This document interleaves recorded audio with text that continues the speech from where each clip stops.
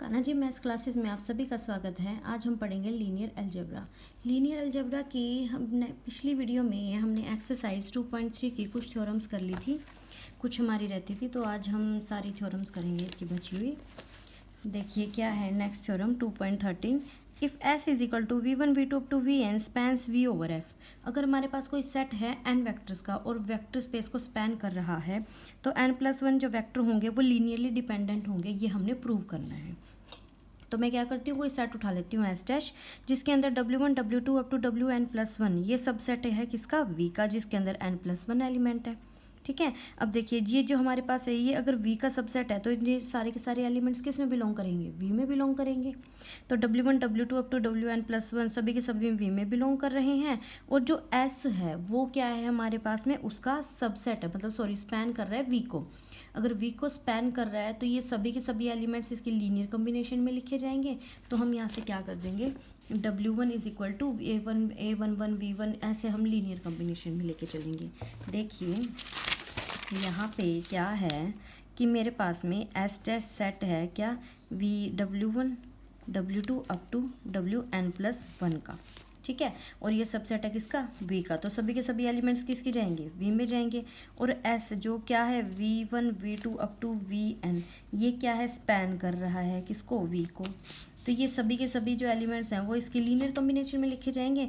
तो मैं यहाँ पे क्या कर लेती हूँ, W1 इनके लीनियर कॉम्बिनेशन में लिखा जाएगा, तो A11 V1 प्लस में A12 V2 प्लस में क्या हो जाएगा मेरे पास में A1n Vn।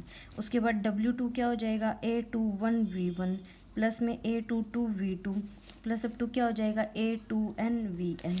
सिमिलरली अगर मैं Wn+1 लेके चलूँ तो क्या हो जाएगा An+1 1 V1 प्लस में An+1 2 V2 up to last क्या बनेगी, देखिए An+1 n और साथ में क्या हो जाएगी Vn। ये हमारे पास में क्या हो जाएगा, लीनियर कॉम्बिनेशन में होगा हमारे पास। अगर मैं कोफिशिएंट की मैट्रिक्स उठाऊँ तो यहाँ से कोफिशिएंट मैट्रिक्स को मैंने A का नाम दिया है, क्या हो जाएगी A11 A12 up to A1n A21 A22 up to A2n and the last क्या हो जाएगी A1n+1 1 An+1 2 अप टू क्या हो जाएगी An+1 और n, ये बन जाएगी हमारे पास। अब मैं क्या कर रही हूँ, एक ना सिस्टम ऑफ सॉल्यूशन लेके चलती हूँ। Consider a system of n equations. मैं क्या लेके चल रही हूँ, n इक्वेशंस का सिस्टम लेके चल रही हूँ इन n+1 अननोन्स, n+1 अननोन्स के लिए। ये मैंने क्यों किया है, क्योंकि मैंने क्या दिखाना है कि इन W1 W2 up to Wn को क्या दिखाना है, LD दिखाना है। तो अगर मैं इनका लीनियर कॉम्बिनेशन उठा के लेके चलूँ तो उसके कोफिशिएंट मुझे नॉन जीरो चाहिए। तो मैं क्या कर रही हूँ, n+1 अननोन्स में क्या लेके चलूँगी, एक सिस्टम लेके चल रही हूँ n इक्वेशन का। देखिए हमारे पास में वहाँ पे क्या आ जाएगी n+1 तो इक्वेशंस आ जाएंगी, और n अननोन हमारे पास में रैंक क्या जाएगा, छोटा चला जाएगा नंबर ऑफ अननोन से। n और n+1 में लेके चल रहे हैं तो मैट्रिक्स किस टाइप की बनेगी, जैसे A बनी हुई है, ये कितनी है n+1 इंटू में n है, ठीक है। वहाँ पे क्या हो जाएगी n into n+1, rank n चला जाएगा तो वो छोटा हो गया किससे, अननोन से, तो हमारे पास नॉन जीरो सोल्यूशन होंगे। वही उसी चीज़ के लिए मैं क्या लेके चल रही हूँ, एक n+1 अननोन लेके चल रही हूँ। अब देखिए जो n+1 अननोन है वो क्या लेके चलूँ, x1 x2 up to xn+1।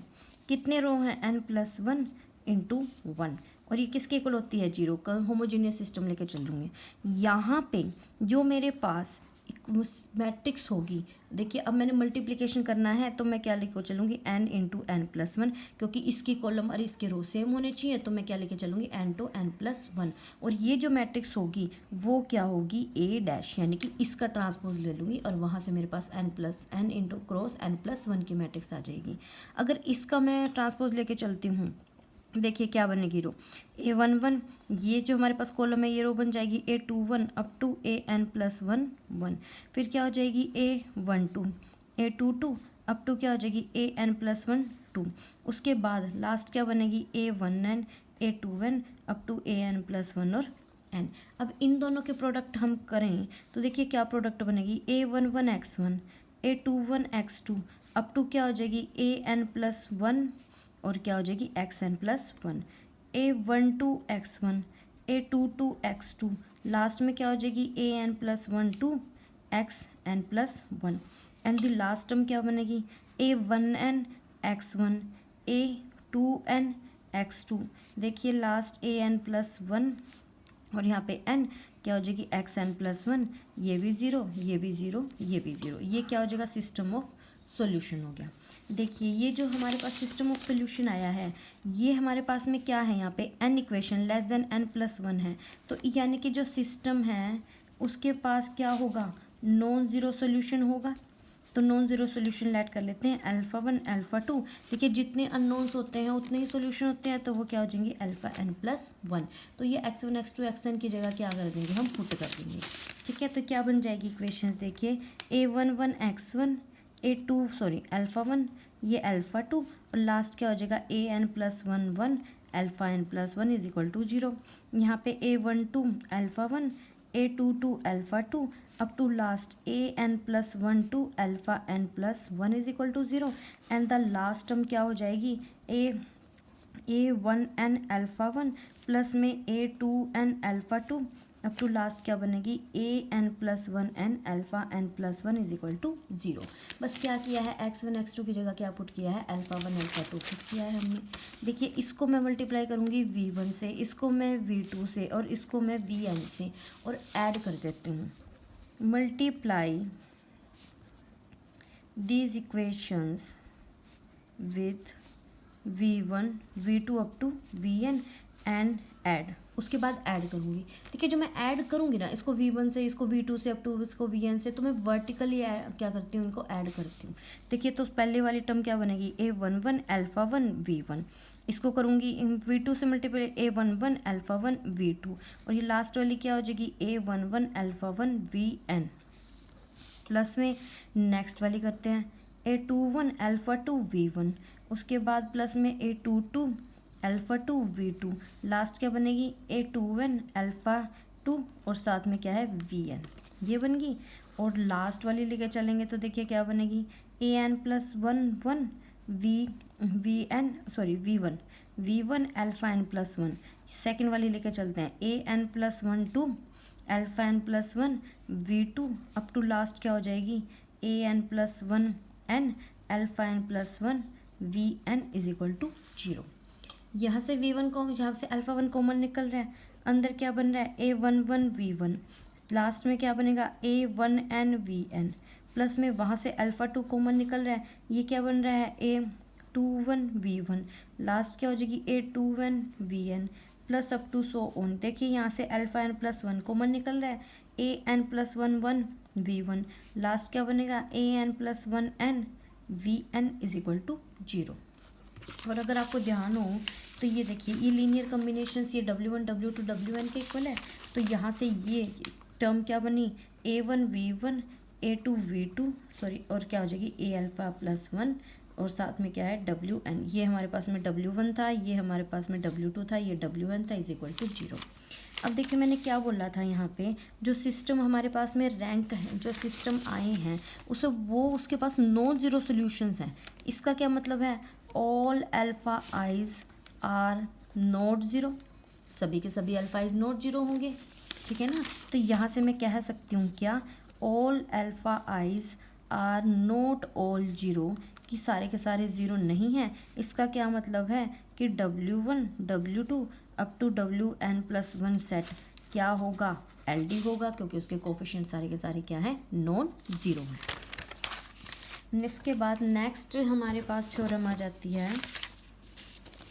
देखिए थ्योरम क्या है, एस अगर कोई लीनियरली इंडिपेंडेंट सेट है और वी अगर जनरेटर एस से यानी कि लीनियर एस के एलिमेंट्स के लीनियर कॉम्बिनेशन में नहीं लिखा गया है तो S union singleton V LI होगा, ये हमने प्रूव करना है। देखिए एस क्या दिया हुआ है v1 v2 up to vn और टी क्या है एस यूनियन सिंगलटन वी, जो सेट हमने LI प्रूव करना है उसको मैं टी का नाम दे देती हूँ। सपोज करते हैं उल्टा ले लेते हैं टी LD है। अगर टी LD है तो देखिए टी के अंदर क्या क्या आएंगे हमारे पास में v1 से लेके vn और v, तो इनकी लीनियर कॉम्बिनेशन ले लेते हैं कि स्केलर्स होंगे α1 α2 αn और a, सभी के सभी क्या होंगे, नॉन जीरो होंगे और ये हमने लीनियर कॉम्बिनेशन में लेके चल पड़े। ठीक है, देखिए क्या बोला है इसने, यहाँ पे हमारे पास में कोई सेट S है v1 से लेके वी एन तक का, एंड वी है जो एस के लीनियर कॉम्बिनेशन में नहीं लिखा गया है। टी क्या ले रहे हैं, एस यूनियन सिंगलटन वी लेके चल रहे हैं, यानी वी वन से लेके वी एन और साथ में वी। मुझे ये क्या प्रूव करना है, एल आई प्रूव करना है। उल्टा लेके चलती हूँ, लेट कर लेती हूँ, टी क्या है, एल डी है। इसका मतलब स्केलर्स होंगे वहाँ पे A one V one up to A N V N और प्लस में A V is equal to 0। मैंने क्या कर दिया, इनका लीनियर कॉम्बिनेशन लिख दिया। और ऑल स्केलर्स, जितने भी स्केलर्स हैं, नॉट ऑल 0, कि वो सारे के सारे 0 नहीं होंगे। देखिए अब ए पे बात करते हैं। अगर ए 0 है तो इसका मतलब A one V one up to A N V N is equal to 0 हो गया। And all A I are not all 0, कि जितने भी जो ए आई हैं वो सभी के सभी 0 नहीं हैं। इसका मतलब क्या हो गया, वी वन से लेके वी एन तक के जितने भी हमारे पास एलिमेंट्स हैं, जितने भी वेक्टर हैं, वो क्या हो जाएंगे, एल डी हो जाएंगे, क्योंकि कोफिशिएंट्स क्या हैं, सारे नॉन जीरो हैं।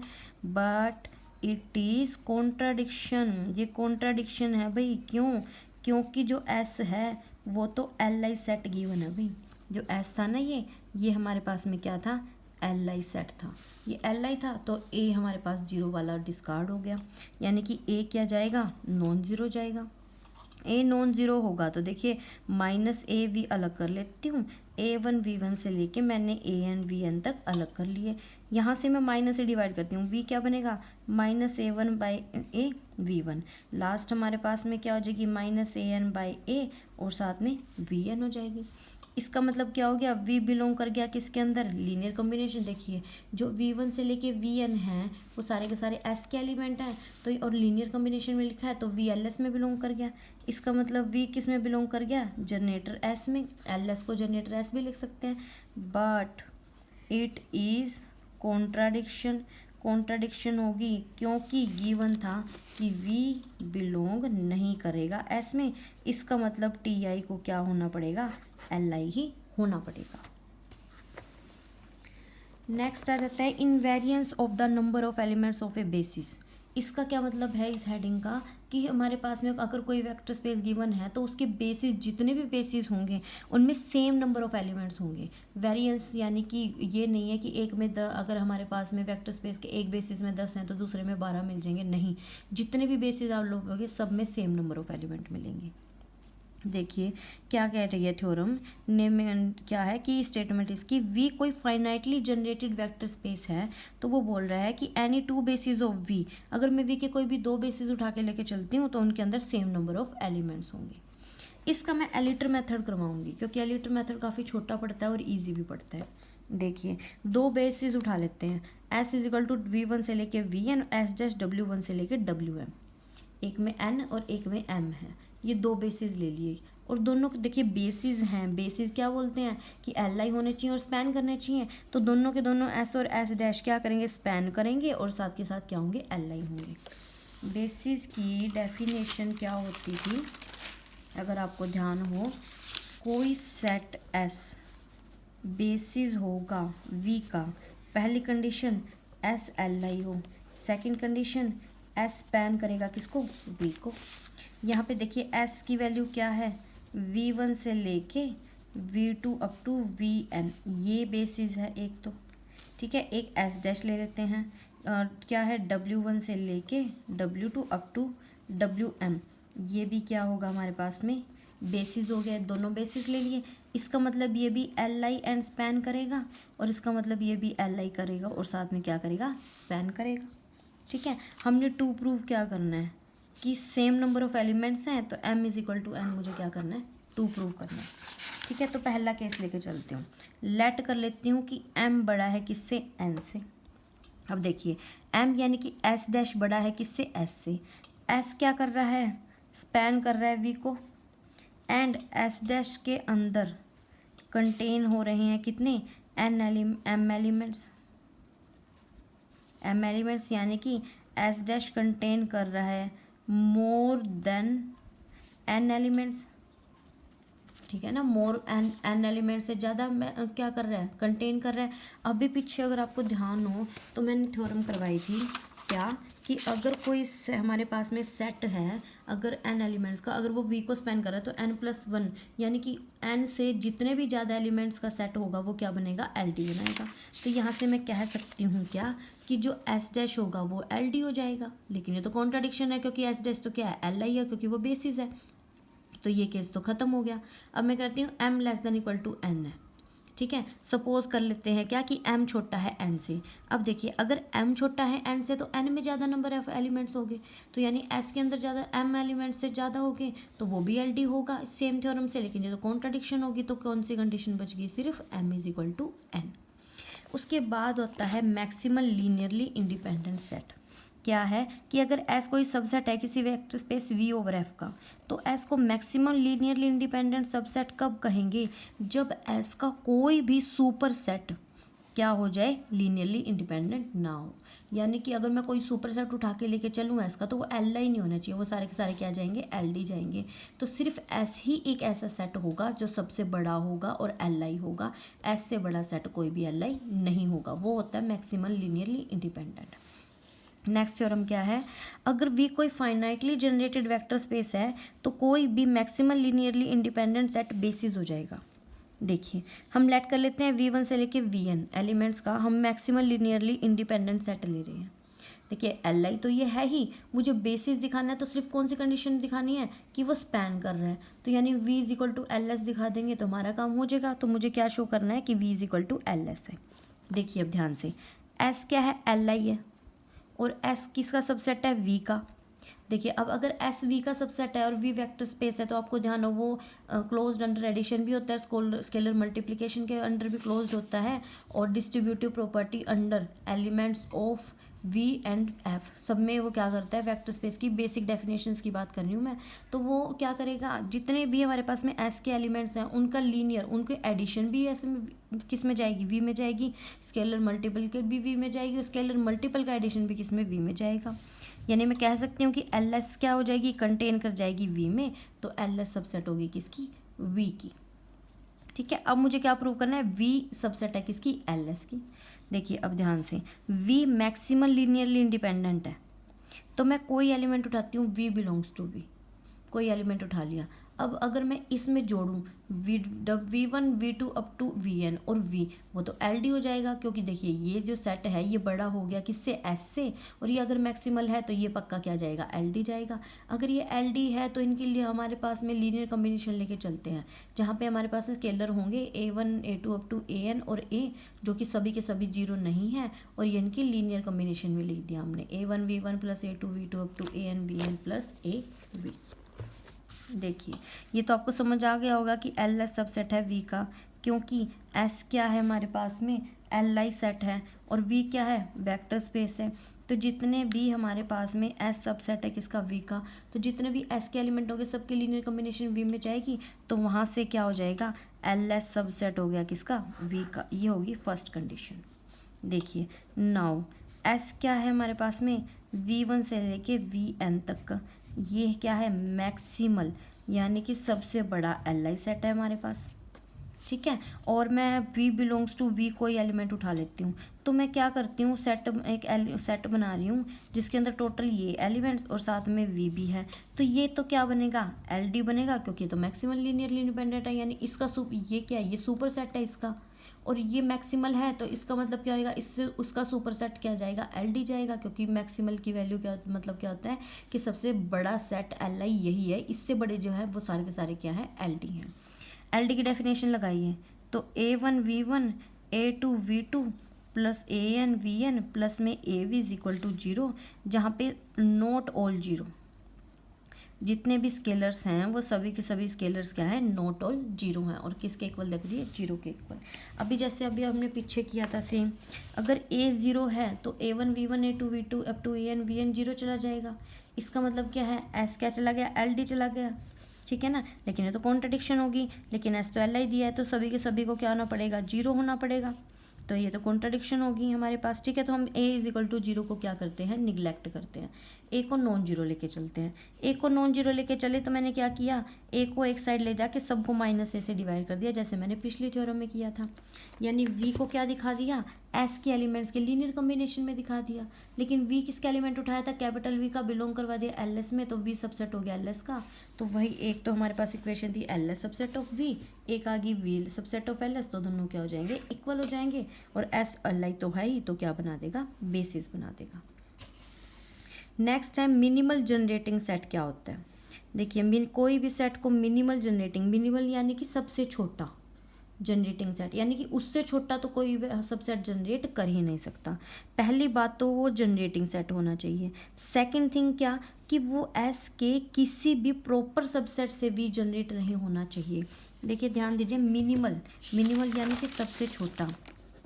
अगर मैं कहूँ मिनिमल जनरेटिंग सेट, यानी कि मैं कह सकती हूँ कि यहाँ पे मिनिमम, मिनिमम क्या होता है, सबसे छोटा, यानी कि इसका कोई सेट एस ले लो इसका, तो एस का कोई भी प्रॉपर अगर मैं सबसेट उठाऊं तो वो डजंट स्पैन वी, वी को स्पैन नहीं करेगा। एस या उसका सुपर सेट तो कर देगा लेकिन सबसेट नहीं करेगा, तो वो कहता है मिनिमल होता है। थ्योरम बोलती है क्या, कि अगर कोई मिनिमल जनरेटिंग सेट गिवन है तो वो हमेशा पक्का बेसिस बनाएगा। देखिए जनरेटिंग सेट है तो वो v is equal to L S वाली कंडीशन तो सेटिस्फाई हो ही जाएगी, बस हमें क्या प्रूव करना है कि वो एल आई हो जाए। देखिए W1 W2 WN मैं लेट कर लेती हूँ, ये मिनिमल जनरेटिंग सेट है। अब एस मिनी जनरेटिंग सेट है तो वहाँ कोई भी प्रॉपर सबसेट ऑफ एस जो v को जनरेट नहीं करेगा क्योंकि वो मिनिमल गिवन है। ठीक है, अब एस को बेसिस दिखाना है तो सिर्फ क्या प्रूव करना बाकी है कि एस क्या है, एल आई है। जनरेटिंग तो वो पहले ही है, एल आई दिखाना है हमने, तो प्रूव लेट कर लेते हैं कि एस क्या है, लीनियरली डिपेंडेंट है। ये थ्योरम हम पिछली वीडियो में हमने यूज़ कर चुके हैं, इसका मैंने करवाया था आपको, बस वो थोड़ा सा रिकॉल कर लेना। देखिए अब एस अगर एल डी है तो कोई ना कोई तो एस का ऐसा एलिमेंट होगा जो बाकी बचे हुए एलिमेंट्स के लीनियर कॉम्बिनेशन में लिखा जाए। तो मैं लेट कर लेती हूँ वो वी आर कोई ऐसा एलिमेंट है जो बाकियों के वी वन से लेके वी आर माइनस वन और वी आर प्लस वन से लेके वी एन तक के लीनियर कॉम्बिनेशन में लिखा गया है। ठीक है, अब देखिए एस अगर एल डी है तो यहाँ पे मैं क्या ले रही हूँ, कोई भी स्केलर ए आई लेके चल रही हूँ, कोई v बिलोंग्स टू मैंने v ले लिया, v इन सब की क्या हो जाएगा, लीनियर कॉम्बिनेशन में लिख दिया मैंने, a1 v1 a2 v2 ar minus one V R minus one ar V R up to so on. और जो वी आर है वो लीनियर कॉम्बिनेशन किसका है, वी वन से लेके वी आर माइनस वन और वी आर प्लस वन से वी एन। तो वी आर को इनके मैं क्या कर रही हूँ, यहाँ पे स्केलर्स बी आई ले रही हूँ कि B one B two B R minus one and B R plus one up to B N. तो देखिए अब मैंने वी आर की वैल्यू यहाँ पुट करूँगी, यहाँ पुट करके मैंने v1 v2 और V R minus one V R plus one और वी एन के क्या कर दिए, कोफिशिएंट्स को लेक कर दिए। देखिए ध्यान से, अब जो v बिलोंग्स टू v लेने लिया था वो पहले तो n एलिमेंट्स के लीनियर कॉम्बिनेशन में था, लेकिन अब वो n माइनस वन एलिमेंट के लीनियर कॉम्बिनेशन में है, यानी कि एक एलिमेंट रिमूव करने के बाद भी जो सेट होगा वो v को क्या कर रहा है, स्पैन कर रहा है। ठीक है, अब अगर ये सेट एल आई है तो वो बेसिस हो जाएगा, अगर ये एल डी है तो फिर से एक एलिमेंट कम हो जाएगा, फिर n माइनस टू वाला जनरेट करेगा। तो इस तरह हम यूज़ करते रहेंगे आगे से आगे, तो वो हमें कहीं ना कहीं जाके क्या मिल जाएगा, बेसिस मिल जाएगा। लेकिन हम यहाँ पे देखिए यही प्रोसेस अगर हम रिपीट करते रहे तो हमारे पास प्रॉपर सबसेट मिल जाएगा जो क्या कर रहा है, वी को जनरेट करेगा। लेकिन ये तो कॉन्ट्राडिक्शन है क्योंकि एस तो क्या है, मिनिमल है, तो एस यहाँ पे क्या हो जाएगा, हमारे पास में कॉन्ट्राडिक्शन के कारण हमारी अस्यूमिंग गलत थी, तो एस क्या हो जाएगा, एल आई हो जाएगा। एल आई हो जाएगा तो क्या बना देगा, बेसिस बना देगा। डायमेंशन क्या होती है, देखिए the number of elements in any basis, कोई finitely dimension vector space V over F, कोई फाइनाइटली जनरेटेड वेक्टर स्पेस है हमारे पास, तो उसके बेसिस में जितने नंबर ऑफ एलिमेंट होंगे वो क्या होंगी, उसकी डायमेंशन होगी और उसको डिम वी से डिनोट करेंगे। अगर बेसिस में एन नंबर ऑफ एलिमेंट था, डायमेंशन ऑफ वी क्या हो जाएगी, एन हो जाएगी। देखिए अगर फाइनाइट बेसिस है, फाइनाइट बेसिस क्या होता है कि जिस बेसिस में फाइनाइट नंबर ऑफ एलिमेंट्स हों, अगर वो हमारे पास में क्या हो जाएगा, फाइनाइट डायमेंशन। जो वेक्टर स्पेस फाइनाइट डायमेंशन नहीं है वो इनफाइनाइट डायमेंशन हो जाएगा। ठीक है, अगर मैं क्या बोल रहा है कि कोई बेसिस मैं किसी वेक्टर स्पेस वी का वो जनरेटिंग सेट से उठाया है, तो जो डायमेंशन ऑफ वी होगा वो हमेशा क्या जाएगा, जनरेटिंग सेट के नंबर ऑफ एलिमेंट के इक्वल या उससे छोटे। देखिए ध्यान रखिएगा कि मिनिमल जनरेटिंग सेट में से हमने क्या करना है, एल आई एलिमेंट लेने हैं बस। तो वो एल आई कम भी हो सकते हैं या बराबर भी हो सकते हैं, ठीक है। नेक्स्ट अगर डायमेंशन ऑफ वी है तो कोई भी लीनियरली इंडिपेंडेंट सेट अगर मैं उठा के लेके चलूँगी उसका, तो उस पर ज़्यादा से ज़्यादा एन एलिमेंट्स होंगे, यानी कि बेसिस में ज़्यादा से ज़्यादा एन एलिमेंट्स लेके चलेंगे। जीरो स्पेस का डायमेंशन 0 होता है और आर का 1, आर स्क्वायर का 2, आर की पावर n, यानी कि n टप्पल का क्या होगा, n डायमेंशन हो जाएगा। नेक्स्ट है एक्सटेंशन थ्योरम। एक्सटेंशन थ्योरम क्या बोलती है कि every linearly independent subset of a finitely generated vector space, कोई finitely generated vector space V दिया है। फाइनाइटली जनरेटेड मतलब क्या होता है, जिसकी हमारे पास डायमेंशन क्या है, कोई ना कोई नंबर हो, ठीक है। वो उसका हर एल आई जो सबसेट होगा, एवरी एल आई सबसेट, उसको हम बढ़ाएंगे और बेसिस बना देंगे किसका, वी का। देखिए सेकंड क्या बोल रहा है, अगर वी कोई फाइनाइटली जनरेटेड वेक्टर स्पेस है और v1 v2 up to we ये कोई एल आई सबसेट दे दिया, तो इनको हम बढ़ा के क्या बना सकते हैं, बेसिस बना सकते हैं। ये है ये थ्योरम। देखिए कैसे, v1 v2 वी स्पैन करेंगे v को, ठीक है ना। अब वो क्या बन जाएगा, अगर वो स्पैन कर रहा है तो वो खुद ही बेसिस हो गया, थ्योरम प्रूव हो जाएगी। अगर वो स्पैन नहीं कर रहा तो हम क्या करते हैं, कोई सेट उठा के लेके चलते हैं। v1 क्या किया है कि ये एलिमेंट्स जो गिवन है, ये वाले एलिमेंट्स, और फिर r+1 से लेके n तक के ये मैंने एलिमेंट्स क्या डाल दिए, अपनी तरफ से डाल दिए। ये मैंने क्या उठा लिया, मैक्सिमल लीनियरली इंडिपेंडेंट सेट उठा लिया v का, कि इसके अंदर जितने भी एलिमेंट्स हैं वो सारे के सारे क्या हैं, एल आई हैं। अब मैं कोई भी एलिमेंट उठा लेती हूँ, वी कैपिटल वी का एलिमेंट है, और मैं क्या करती हूँ, इस वी को इन एलिमेंट्स के साथ डाल देती हूँ। देखिए ये मैक्सिमल लीनियरली इंडिपेंडेंट है तो ये एल डी जाएगा, क्योंकि एक एलिमेंट एक्स्ट्रा हो गया। अब देखिए अगर एल डी है तो डेफिनेशन लगाओ, स्केलर्स होंगे a1 a2 से an और a जो सभी के सभी ज़ीरो नहीं है, इस तरह से कि इनकी लीनियर कॉम्बिनेशन ले ली, a1 v1 a2 v2 up to an vn plus a v is equal to 0। देखिए अब अगर a 0 है तो a1 v1 a2 v2 up to an vn is equal to 0, और सभी के सभी ए आईज नॉन हमारे पास में क्या है, नॉन जीरो है, तो इसका मतलब क्या हो जाएगा, वो एल डी हो जाएगा। तो ऐसा तो हो नहीं सकता, क्योंकि वो क्या गिवन है, v1 से लेके vn तक हमारे पास है maximal generating linearly independent, maximum L I है। तो यहाँ से तो मेरे पास क्या हो जाएंगे, एल डी हो जाएंगे, तो ये केस हमारे पास ख़त्म। अब ए क्या होगा, नॉन जीरो होगा। अगर ये नॉन जीरो है, वही ए वी को ए साइड ले जाके -a से डिवाइड कर देंगे। देखिए ध्यान से, v1 v2 up to vn के लीनियर कॉम्बिनेशन में लिख दिया, यानी कि v बिलोंग कर गया एल एस में, किसका एलिमेंट था, कैपिटल वी का, बिलोंग कर गया एल एस में, तो v सबसेट हो गया किसका, एल एस का। लेकिन एल एस तो खुद v का सबसेट होता है, तो वो उन दोनों से क्या हो जाएगा, v is equal to L S, और हैंस जो s हमारे पास होगा, देखिए ये एल आई तो पहले ही था, स्पैन भी कर गया, तो वो क्या बना देगा, बेसिस बना देगा। सारा ये बीच का जो प्रोसेस है ये मैं आपको अभी करवा चुकी हूँ ना, तो इसलिए मैंने बुक में करवाया है ये। अगर फिर भी कोई इशू होता है तो आप मुझे कमेंट बॉक्स में बताइएगा, मैं आपको रिपीट कर दूँगी। नेक्स्ट है हमारे पास, अगर कोई वेक्टर स्पेस, ध्यान से पढ़िएगा, क्रोलरी बहुत इंपॉर्टेंट है ये। क्या देखिए क्या कह रहा है कि अगर कोई वेक्टर स्पेस है n डायमेंशन का, ठीक है, तो कोई n अगर एल आई वेक्टर एग्जिस्ट कर रहे हैं तो वो पक्का क्या बनाएंगे, बेसिस बनाएंगे। देखिए v1 v2 vn ये एल आई इंडिपेंडेंट हमारे पास वेक्टर्स होगी। तो पीछे थ्योरम से क्या था कि अगर हमारे पास n एल आई हैं तो उनको एक्सटेंड करके मैं बेसिस बना सकती हूँ, लेकिन डायमेंशन ऑफ v तो खुद n है, तो यानी कि ये हमारे पास में क्या बन जाएंगे, बेसिस बन जाएंगे। नेक्स्ट है थ्योरम, इसका मैं इस पार्ट की बजाय एलिटर करवा रही हूँ। एलिटर में क्या है कि थोड़ा सा ना छोटा है और इजी है, इसलिए मैंने इसको छोड़ के ये वाला करवा रही हूँ। देखिए थ्योरम की स्टेटमेंट देखिए क्या है कि V अगर सब स्पेस है किसी finite dimensional vector space V का, W क्या दे दिया, सब स्पेस दे दिया, तो हमने क्या प्रूव करना है कि W भी फाइनाइट डायमेंशन होगा और dimension W less than equal to dimension V होगी। और क्या प्रूव करना है साथ में कि डायमेंशन V और डायमेंशन W इक्वल होंगी, if and only if V और W जब इक्वल हो जाए। देखिए डायमेंशन ऑफ V लेट कर लेते हैं हम n के इक्वल है, ठीक है, और यहाँ पे W1 W2 up to WM ये कोई एल आई सबसेट ले लेते हैं किसका, W का। देखिए अब एल आई अगर W में ये जो हमारे पास वेक्टर्स हैं ये अगर W के अंदर एल आई हैं और W सब स्पेस है V का, तो यानी कि वो एल आई हो जाएंगे किसके अंदर, V के अंदर। और अभी हमने किया था कि अगर वी एन एलिमेंट से जनरेटेड है तो कोई भी सेट जो एन एलिमेंट से ज़्यादा एलिमेंट्स को कंटेन करता है वो क्या हो जाएगा, एल डी हो जाएगा।